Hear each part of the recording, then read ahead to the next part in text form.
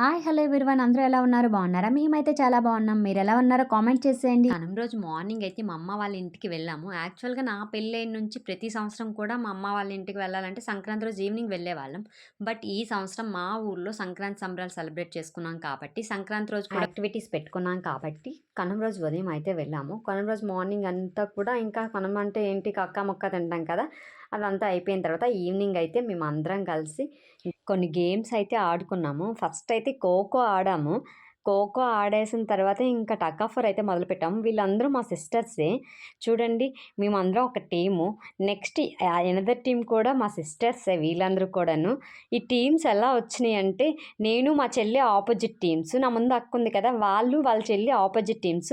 లాస్ట్‌లో మా చెల్లి ఉంది కదా! మా చెల్లి వాళ్ళ చెల్లి కూడా ఆపోజిట్ టీమ్స్. అలా వచ్చాము. అక్కలు మాత్రం ఒకవైపే ఉన్నాము. చెల్లెళ్ళందరూ మాకు మంచి జలక్కయితే ఇచ్చారు. నెక్స్ట్ మా అన్నయ్యలందరికీ కూడా చైర్ గేమ్ అయితే ఆడించాము. వాళ్ళ చైర్ గేమ్ అయిన తర్వాత ఇంకా కాసేపు డెక్ పెట్టుకొని డాన్స్‌లు అయితే చేసుకొని, ఆ వీడియో క్లిప్ అయితే మిస్ అయింది.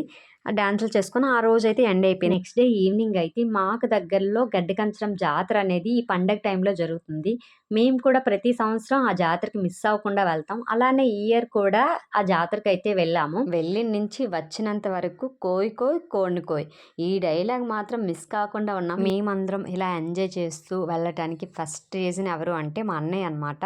మా అన్నయ్య ప్రతి సంవత్సరం కూడా ఇలానే వెళ్తామని చెప్పాను కదా! మా అన్నయ్య సపోర్ట్‌తోనే మేమందరం వెళ్తాం. మా అన్నయ్య ఈ ఇయర్ కొంచెం ఫీల్ అయ్యారనమాట. ఎందుకంటే వాళ్ళ వైఫ్‌ని మాతో పాటు జాతరకి తీసుకురాలేదని చెప్పేసి. ఈ యెల్లో కలర్ టీ షర్ట్ అబ్బాయి ఎవరు అంటే అందరికన్నా మాకు చిన్న బాబాయ్ అనమాట.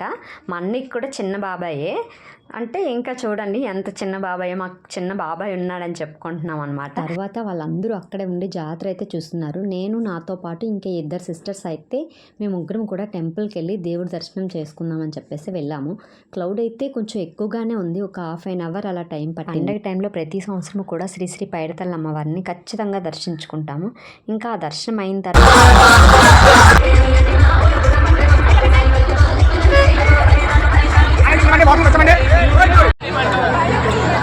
నుండి బయటకు వచ్చేసి ఐస్లు తీసుకొని ఇంకా జాతర అంతా చూస్తూ ఇంటికైతే బయలుదేరిపోయాము. వచ్చినప్పుడు ఫుల్ జోస్ మీద వీడియోలు తీసాము. వెళ్ళేటప్పుడు మాత్రం ఒక్క వీడియో కూడా తీయలేదు. ఇంకా ఆ రోజు జాతర నుంచి ఇంటికి వెళ్ళిన తర్వాత kabaddi game and housie game అయితే ఆడుకున్నాము. మనీ అసలు ఎప్పుడు కూడా హౌసీ గేమ్ అనేది అనడు. బట్ ఇయర్ వాళ్ళ వైఫ్ కోసం హౌసీ గేమ్ అనేది ప్లాన్ చేసుకున్నాం అనమాట. ఆ రోజు ఈవినింగ్ జాతరకు వెళ్ళకముందు కొన్ని రీల్స్ అయితే చేసుకున్నాము.